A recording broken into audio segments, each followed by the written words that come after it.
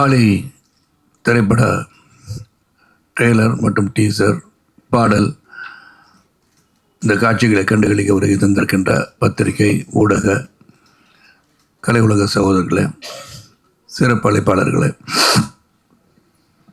எனக்கு முன் பேசிய இந்த குழுவினர்களே, இங்கே எல்லாரை பற்றியும் தொடர்ந்து பேசினால அந்த பேர் வரும்போது நான் பேசுகிறேன். இந்த படம் முதல்ல நமது இயக்குனர் மாதவ ராமதாஸ் சொல்லும் போது, ஏன்னா அவருக்கு மேல் விலாசம் ஒரு படம் பண்ணியிருந்தார். நீங்கள் பார்த்தீங்களா என்னன்னு தெரியல. ஒரு கோர்ட் ரூம்குள்ளே ஒரு கதையை பண்ணியிருப்பார். ஒரு கோர்ட் மார்ஷல் சம்மந்தப்பட்ட பார்த்திபன் நடித்த அந்த படம். அந்த படத்தை நான் பார்த்தேன். அந்த கோர்ட் ரூம் விட்டு அங்கே ஒரு ரீசஸ் அப்படின்னு சொல்லுவானே, ஒரு அட்ஜாயின்மெண்ட் மாதிரி இருக்கும். சரி, இப்போ வெளியே போவார் போல இருக்குது அப்படின்னு பார்த்தா அங்கே 2 கேரக்டர் உள்ளே நிற்க வச்சுருவார். கோர்ட் ரூமில் பேசிகிட்டு இருப்பாங்க. So never he went out accept ஒரு சின்ன ஒரு ஃப்ளாஷ் சொல்கிறதுக்காக வெளியே போயிருந்தார். இது ஒரு வித்தியாசமான திரைப்படமாக நான் பார்த்தேன். அப்போ சுரேஷ் கோபி நடித்த அப்போது அது பார்த்தேன். அது how doctor how he feels later about the சிஸ்டம்னு சொல்லி அந்த சிஸ்டத்துக்குள்ளே போனார். இந்த கதை சொல்லும் போதும் இது கம்ப்ளீட்டாக அந்த வெசலில் தான் இருக்குது. அந்த ஷிப்பிங் வெசலில், அந்த ஃபிஷிங் போட்லாம். நான் சொன்னேன், இது வெளியே போகாத்தி கதை எப்படி இருக்கும், இந்த கதை எப்படி நம்ம கொண்டு போக போகிறோம், இது கடல்லே முழுமையாக எடுக்கணும்னா கூட அதுக்கு பெரிய செட்டு போடணும். இதெல்லாம் தான் என்னோடய முதல் கேள்வியாக இருந்தது. இதெல்லாம் நாங்கள் யோசனை பண்ணி வச்சுட்டோன்னு சொன்னார். அங்கேயே அவருடைய டெடிக்கேஷன் எனக்கு தெரிஞ்சுது. ஏன்னா ஒரு செட்டு போட்டு அந்த சைஸ் ஆஃப் த போட்டே செட்டு போட்டு அந்த உள்ளே எடுக்கிற ஷார்ட்ஸ் எல்லாம் ஹைட்ராலிக்ஸ் கொடுத்து அந்த ஷேக் கொடுக்கறது எல்லாமே எப்படி தண்ணீர் ஆடுவோம் அந்த அளவுக்கு ஷேக் கொடுத்து ஒரு டெடிக்கேஷனோட இந்த படத்தை ஒரு முயற்சி எடுத்திருக்கார். இந்த படம் என்னை பொறுத்த வரைக்கும் ஒரு வித்தியாசமான திரைப்படமாக தான் நான் பார்க்குறேன். ஹரிசார் இதை எப்படி பார்த்து இதை வாங்கியிருக்கான்னு எனக்கு தெரியும். இது ஒரு வித்தியாசம்னு சொல்லும் போது படங்கள் வருகிற கமர்ஷியல் ஆஸ்பெக்டை பார்த்து ஆடல் பாடல் பிரம்மாண்டங்கள் இதெல்லாம் இருக்கும். ஆனால் இதில் ஆடல் பாடல் பிரம்மாண்டங்கள் இருக்குன்னு சொன்னால் பிரம்மாண்டமான கதையாக இருக்கும். அந்த கதை ஒரு வித்தியாசமான கதையாக இருக்குன்னு எனக்கு தெரியும். ஆனால் எந்த அளவுக்கு இது இன்று உள்ள ஆடியன்ஸ் பலவிதமான திரைப்படங்களை பார்க்குறாங்க, பல கதைகளை பார்க்குறாங்க, ஓடிடி பிளாட்ஃபார்ம் கதைகள் பார்க்குறாங்க. அவங்களுக்கு கண்டென்ட் நிறைய ஆயிடுச்சு. இப்போ ஷார்ட்ஸில் பார்த்துட்ருக்காங்க. இப்போ ரிங்கு அதான் பார்த்துட்ருக்காங்கன்னு நினைக்கிறேன். முன்னாடி நாங்கள் பேசுறது கேட்குறாங்களா ஷார்ட்ஸ் பார்க்குறாங்கன்னு தெரில. ஸோ இந்த அளவுக்கு இப்போ சினிமா கலை எல்லாமே இப்போ ஒரு மொபைல் ஃபோனில் வர ஷார்ட்ஸ் அளவுக்கு வந்துடுச்சு. இப்போ நம்ம எதுக்கு நடிக்கிறதுன்னு தெரில. ஷார்ட்ஸுக்கு நடிக்கிறதா, ரீல்ஸுக்கு நடிக்கிறதா, டெலிவிஷன் நடிக்கிறதா, வெப் சீரிஸில் போய் ஓடிடி பிளாட்ஃபார்ம் நடிக்கிறதா, பெரிய திரைப்படங்கள் நடிக்கிறதான்னு ஒரு கன்ஃபியூஷன். எந்த ஒரு கன்ஃபியூஷன் எந்த ஒரு நடிகருக்கும் தேவையில்லை. எதில் நடித்தாலும் நடிப்பு தான். ஸோ அதில் எந்த ஒரு மாற்றுக்கு எனக்கு தெரியல. ஏன்னா unless until you bring what you can do to the screen, you are not an actor. So any opportunity to act பண்ணுறது ரொம்ப ரொம்ப நல்லது நான் நினச்சிக்கிறேன். ஏன்னா காலத்தின் ஓட்டத்தில் என்னெல்லாம் மாறிக்கிட்டே இருக்கும். அந்த மாறுதலுக்கு நான் மாறிக்கொள்ள வேண்டுதான். மாற்றம் ஒன்று தான் மாறாததுன்னு பல தடவை கேள்விப்பட்டிருக்கோம். ஸோ மாதவ ராமதாஸோடைய இந்த வித்தியாசமான திரைப்படம் நான் சொல்லுவேன். அந்த வித்தியாசமான திரைப்படம் நிச்சயமாக வெற்றி பெறுவதற்கான வாய்ப்பை உருவாக்கி தரும் இடத்தில் நீங்கள் இருக்கீங்க. ஏன்னா வித்தியாசமான கதை சொல்லியிருக்காங்கன்னு சொல்கிறது இப்போ முக்கியம். இதுவும் அது மாதிரி எடுத்திருக்காங்க, இதுவும் அப்படி தான் இருந்துச்சுன்னு சொல்கிறத விட ஒரு வித்தியாசமான முயற்சி எடுப்பவர்களை வரவேற்பது நம் கடமை என்று தான் நினைக்கின்றேன். இந்த படத்துக்கு ஒரு மிகப்பெரிய ஒரு வலிமையான ஒரு பின்னணி இருக்குது அப்படின்னு சொன்னால் அது காரணம் உண்மையிலே என்னுடைய அன்பு சகோதரர் ரசூல் பூக்குட்டி சார் தான். ஏன்னா இது சவுண்டுக்கு ரொம்ப இம்பார்ட்டன்ட் கொடுக்குற படம். ஏன்னா கடலில் எடுக்கும் போது கொச்சின்லேருந்து ஹார்பர்லேருந்து வெளியே போய் தான் எடுத்தோம். அந்த sound, the dedication which is works. அதனால தான் அவருக்கு ஆஸ்கர் கிடச்சிருக்கு. மேலும் பல ஆஸ்கரை வெற்றி பெறணும்னு ஆசைப்பட்றேன். ஏன்னா அந்த டெடிக்கேட்டட் ஒர்க், அந்த மைக் எடுத்துக்கிட்டு காலையிலே அந்த சவுண்டு எடுக்கிறதுக்காகவே போகிறார். ஒரு டீமை வச்சுக்கிட்டு எது எப்படி இருக்கணும். அந்த டாக் சவுண்ட் சொன்னார். டாகோட பைட் ஃபோர்ஸ் எப்படி இருக்கும், பைட் பண்ணால் எப்படி இருக்கும், அது என்ன மாதிரி இருக்குது சவுண்டு, க்ரௌலிங் சவுண்டோட. இதை ஒரு ஃபைட் அந்த நாய் அட்டாக் பண்ணுற ஒன்று பண்ணியிருப்பாங்க. I think it is Belgium Belgium மேலனாய். பெல்ஜியன் மேலனாய் தான் அந்த நடிச்சிருக்க இன்னொரு கதாபாத்திரம். அது கதாபாத்திரம் நான் சொல்லும் கூட வந்துட்டுருக்கனால அதோட ஒரு ஃபைட்டு வந்து பண்ணியிருப்பாங்க. கதையை சொல்ல வேணான்னு பார்க்குறேன். யாரோட ஃபைட் அப்படின்னா உங்கள் கூடயான்னு கேட்டால் நிச்சயமாக என் கூட இல்லை. அது என் கூடயே சுற்றிட்டு இருக்கிற அந்த பிறநாய் யாரை கடிக்குது, யாரை வந்து இது பண்ணுறதுன்னு பார்க்கணும். அண்ட் இது வந்து எடுக்கிறது எவ்வளோ கஷ்டமாக இருந்திருக்கும்னு யோசனை பண்ணி பாருங்கள். ரொம்ப சிறப்பாக வந்து அந்த ட்ரெயினர் என்ன வண்டர்ஃபுல் ஜாப்னு சொல்லணும். ஏன்னா அதை பார்த்தோன்னு உண்மையை மெய்சிலிருக்க வைத்ததுன்னு சொன்னால் அது கொஞ்சம் மிகையாகாது. அப்புறம் ப்ரொடியூசர் சஜித் ஒரு ப்ளசன்ட் பர்சன். அதாவது இன்றைக்கி வந்து ஹரி சார் சொன்னது மாதிரி இன்றைக்கி திரைப்படங்கள் எடுப்பது என்பது அதை எடுத்து ரிலீஸ் பண்ணுறது ரொம்ப ரொம்ப கஷ்டமாக இருக்குது. பல படங்கள் ஓடிடி பிளாட்ஃபார்மில் வாங்கின பிறகு தான் ரிலீஸ் ஆகும். ஓடிடி பிளாட்ஃபார்ம் நிர்ணயம் செய்த பிறகு தான் அந்த படம் வந்து திரைக்கே வரும் அப்படின்னு சொல்லும்போது நாம் அதை மாற்ற முடியுமா என்று சிந்திக்க சூழ்நிலை தான் போயிட்டுருக்கோம். நான் ஏற்கனவே வேறு ஒரு மீட்டிங்கில் சொன்னேன், 50 நாட்களுக்கு பிறகு ஓடிடி பிளாட்ஃபார்ம் படத்தை ரிலீஸ் பண்ணால் இந்த படத்தை தியேட்டரில் போய் பார்ப்போம் என்ற ஆசை ஆடியன்ஸுக்கு வரும்னு நான் நினைக்கிறேன். வேணாம், அது நடந்தால் ரொம்ப சந்தோஷப்படுவேன். அப்போ ஹரி மாதிரி நிறைய பேர் வந்து படங்களை வந்து ரிலீஸ் பண்ண தயாராக இருப்பாங்க. எந்த ஒரு படமும் சரி, நாம் நடித்திருக்கும் போது அந்த படத்தை வந்து வெள்ளித்திரையில் காண்கணும் போது அது வந்து ஆடியன்ஸோடு போய் திரைப்படத்தில் பார்க்குறது தான் உண்மையிலே ஒரு மகிழ்ச்சியும் சந்தோஷத்தையும் தரும். ஏன்னா அப்போது அது வரவேற்கிறார்களா இல்லையா என்பது தெரியும். ஏன்னா நாடகத்தில் நடித்தோம்னா அந்த சீன் நடிக்கும் போதே கைத்தட்டல் வரும்போது சிறப்பாக நடித்திருக்கிறீர்கள் என்று தெரியும்.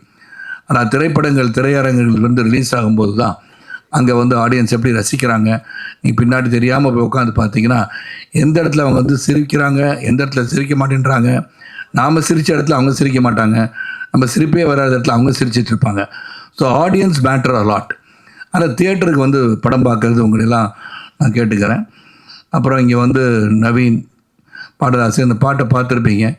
ரொம்ப தத்ரூபமாக வந்து அந்த பாடல் வரிகள், அவர் சொன்ன மாதிரி அந்த வரிகள் காதுகளுக்கு கேட்பது போல் இருக்குது.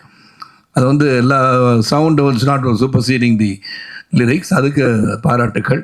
அதுக்கு எல்லாமே பாராட்டுக்கு வந்து டைரக்டர், இந்த சவுண்டு டீம் எல்லாருக்கும் பாராட்டு சொல்லணும்.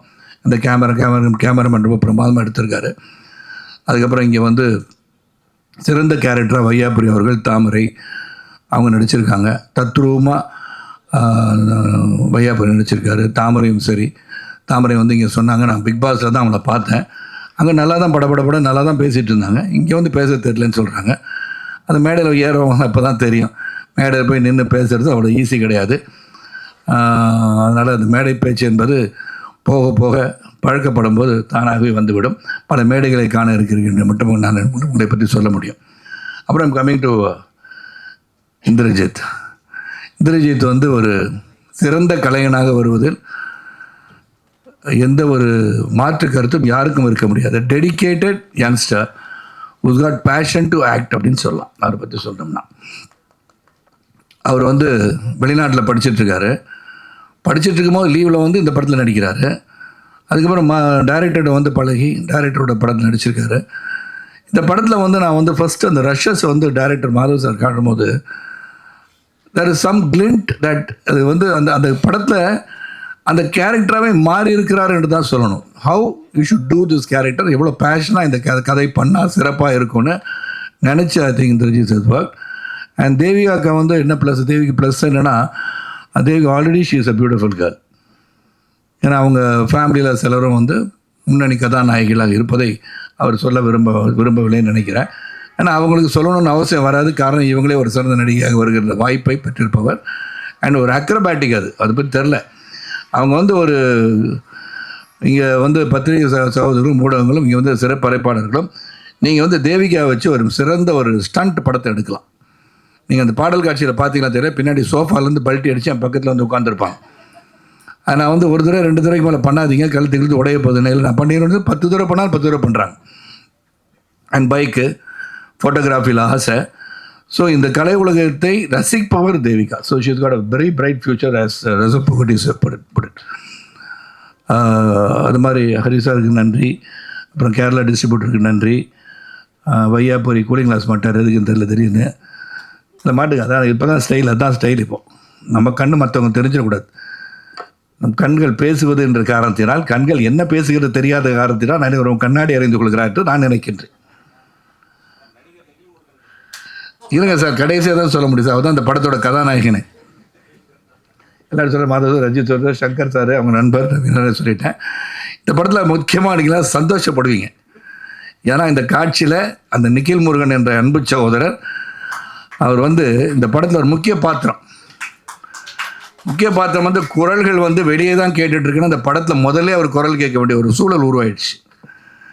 இந்த குரலை போய் முதல்ல போட்டாங்களே அப்படின்னு கொஞ்சம் இருந்து கட் பண்ணிடலாமா, அந்த காலம்லாம் கட்டிப்பிட்டு தூக்கி போட்டுருவாங்க. ஆனால் தூக்கி போட முடியாத இடத்துல கரெக்டாக ஃபிக்ஸ் பண்ணிக்கிட்டாங்க. சரி, எப்படி தூக்கி போடாட்டி என்ன பண்ணுறது, தூக்கி போட்டு மிதிக்கிற மாதிரி காட்சி வருவான்னு பார்த்தேன், மாட்டிச்சு எனக்கு. அதில் வந்து நல்லா நான் சொன்ன நிற்கல தெரியாதனமாக இமோஷனலாக நடிப்பேன், உண்மையில் அடித்தாலும் அடிப்பேன் அப்படின்னு சொன்னேன். ஆனால் அதுக்கு தகுந்த ஈடு கொடுத்து என்னை எதிர்த்து பேசுகின்ற வசனங்களை நீங்கள் பார்க்க வேண்டும். அது வந்து மனசில் இருந்ததெல்லாம் இவர் பல பேருக்கு இருக்கலாம், இவர் ஏதாச்சும் எதிர்த்து பேசணும், முறைக்கணும் அப்படின்றது. இந்த மாதிரி சினிமாவில் நீங்களும் நடிங்க, அப்போ இந்த காட்சிகளுக்கெல்லாம் நடிக்க முடியும். நடித்தார், என்கிட்ட வந்து எதிர்த்து பேசினார். அதுக்கு என்ன விடை கிடைத்தது என்று சொன்னால், மிதித்து அவரை தூக்கி போடுகிற அளவிற்கு எனக்கு ஒரு வாய்ப்பு கிடைத்தது. மிக சந்தோஷம் எனக்கு.